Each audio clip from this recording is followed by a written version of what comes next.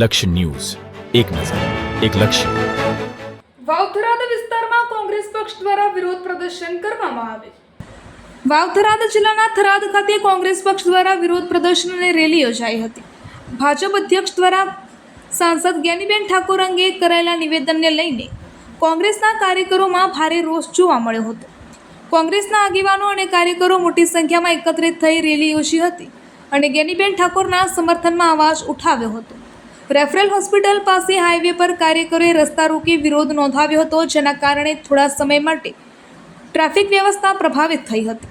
કાર્યકરો દ્વારા પૂતળું દહન કરવાની કોશિશ પણ કરવામાં આવી હતી, પરંતુ પોલીસે સમયસર પહોંચી તેમને રોકી લીધા હતા અને પરિસ્થિતિ કાબૂમાં લીધી હતી. આ આંદોલન દરમિયાન કોંગ્રેસના નેતાઓએ જણાવ્યું હતું કે નારી શક્તિના સન્માન માટે તેઓ આ લડત લડી રહ્યા છે. બાદમાં કાર્યકરોએ કલેક્ટર કચેરીએ પહોંચ્યા હતા, જ્યાં તેમણે આવેદનપત્ર આપી પોતાની માંગણીઓ રજૂ કરી હતી. અહેવાલ શ્રવણ સોલંકી, ધરણીધર ઢીમા.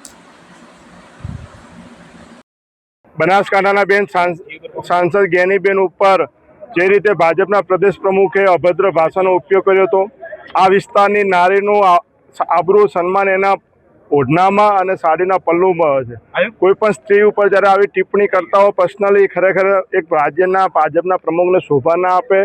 જ્યાં સુધી જગદીશ વિશ્વકર્મા માફી નહીં માંગે તેવી રીતે દરેક રાજ્યમાં આવેદનપત્રોનો વિરોધ કરવામાં આવશે. આજે હજારોની સંખ્યામાં અહીંયા થરાદ ખાતે તમે આવેદનપત્ર આપવામાં આવ્યા છે. અહીંયા જ્યારે અમે આવેદનપત્ર આપવા આવ્યા ત્યારે આ જ સરકારની પોલીસે અહીંયા મહિલાઓને ગાળો કાઢી છે. મહિલાઓને પુરુષ પોલીસ દ્વારા અડી ના શકાય તેમ છતાં ધક્કા મારવામાં આવ્યા છે. આ નારી સન્માનની વાતો કરનારી આ સરકારમાં નારીઓનું ક્યાંય સન્માન નથી. ભાજપના પ્રમુખથી લઈને ભાજપની આ પોલીસ સુધી તમામ લોકો જો નારીઓની આબરૂ લેવા બેઠા હોય તો કોની પાસે લોકો જશે?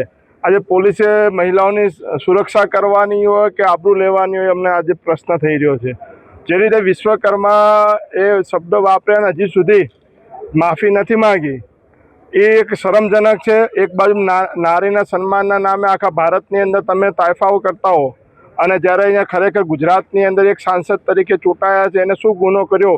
જ્ઞાનીબેને સંસદની અંદર જ્યારે નારી વંદના બિલ આવ્યું ત્યારે એમાં એક પ્રશ્ન ઉઠાયો હતો કે ઓબીસી મહિલાઓને પણ આની અંદર આરક્ષણ મળવું જોઈએ.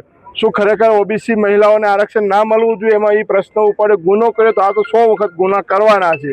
તમામ સમાજના પ્રશ્ન માટે હંમેશા જ્ઞાનીબેન લડ્યા છે. જ્યારે આવી રીતે અશોભની એકદમ ગરીબ પરિવારની, ગરીબ સમાજની દીકરી છે, ઠાકોર સમાજની દીકરી છે, ત્યારે આના પર આવા તમે આક્ષેપો કર્યા છે. ગમે તે ગરીબ પરિવારની હોય, સુખી પરિવારની હોય, એની આબરૂ છે ને એક સાંસદને માટે જે આ શબ્દ વાપરે અમે વખોડીએ છીએ. જ્યાં પણ કાર્યક્રમ થશે, આજે દેખો ગુજરાતભરમાં અલગ અલગ જગ્યાએ ઠાકોર સમાજ હોય કે કોંગ્રેસ વાળા બધા આવેદનપત્ર આપે છે અને હજી પણ અમે હવે ક્યારે ભાજપ નારીના નામે કોઈ કાર્યક્રમ પણ નહીં કરી શકે કરશે તો અમે એનો વિરોધ કરશું. ઓકે.